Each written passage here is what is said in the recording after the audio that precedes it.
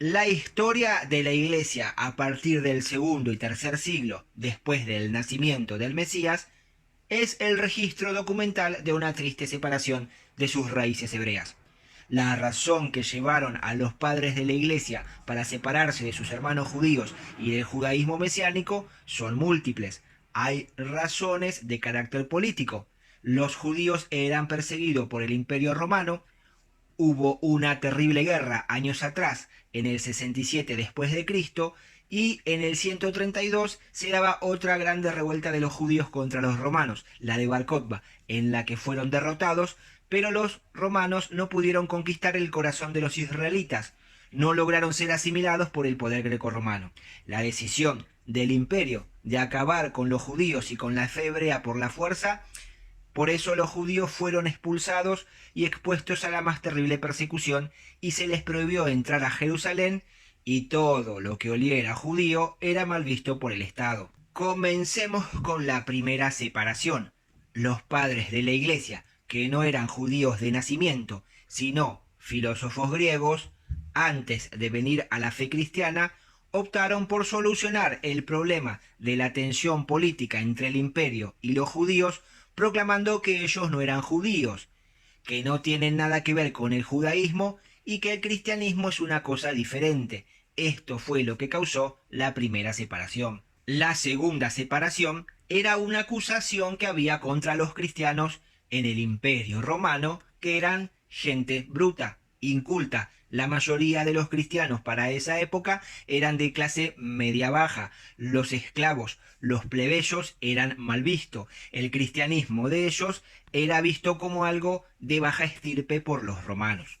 La iglesia, los padres, sí tenían cultura porque eran filósofos, optaron por echar abajo esa falsa acusación de incultura y optaron por traer filosofía griega para expresar la fe cristiana. Y ahora entramos en el reino de la filosofía. Es un tiempo que la filosofía sustituye la palabra profética como un medio para interpretar las escrituras.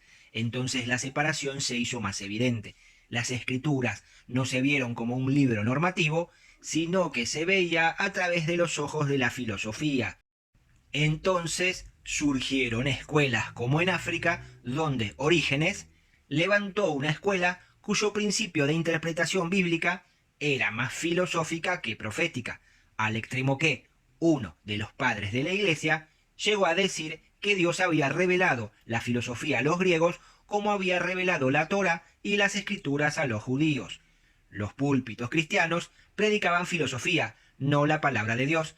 Eso fue un segundo hecho que explica, pero no justifica la razón por la cual se dio la separación. Finalmente, el punto histórico de separación total fue el Concilio de Nicea, año 325, con Constantino, cuando ahí se decide sacar la iglesia cristiana de todo lo que fuera judío. Incluso se cambian las fechas de las festividades que hasta ese tiempo llevaba la iglesia. Se cambian los días de la adoración y se introducen otras fechas y otras celebraciones, de tal manera que tuviera que ver con los judíos. Fíjense que la Pascua, por ejemplo, de los judíos cae muy cerquita de la de los cristianos.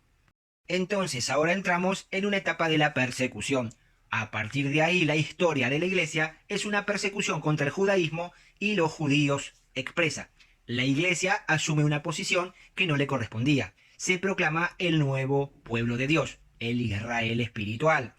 En el contexto que surge esa frase, es muy importante tener en claro porque en el neoplatonismo de donde venían los padres de la iglesia se había enseñado que lo material era malo y lo espiritual era lo bueno. Es decir, el cuerpo humano, según los neoplatonistas, es la cárcel del alma y todo lo que fuera físico se veía como algo malo. La herejía de la transustanciación, como el pan que representa el cuerpo de Cristo y el vino, su sangre, son materiales y por lo tanto hay que orar para que se convierta en realidad en un cuerpo de Cristo y la sangre de Cristo, porque lo contrario es malo.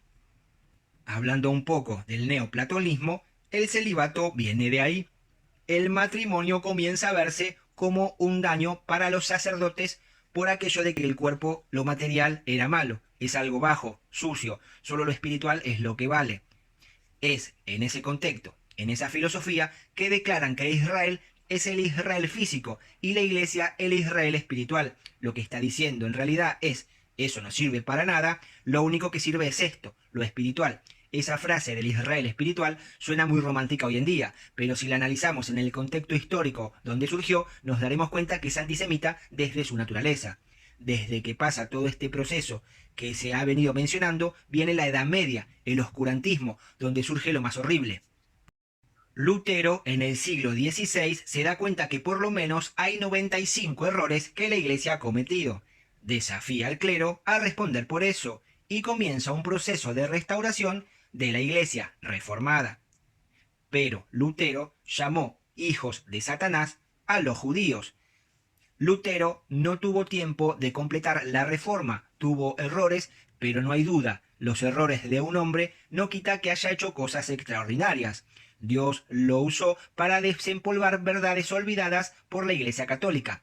Él pensó que la reforma iba a hacer que los judíos reconocieran que Jesús es el Mesías. Eso no ocurrió, y cuando él se da cuenta que los judíos siguen sin aceptar la mesianidad de Yeshua, entonces reacciona en la carne. A estas alturas, cuando se consolida la reforma, Lutero es una persona establecida con poder político. Los nobles de Alemania lo apoyan porque implicaba ventaja económica para la nación. No había que pagar impuestos a Roma.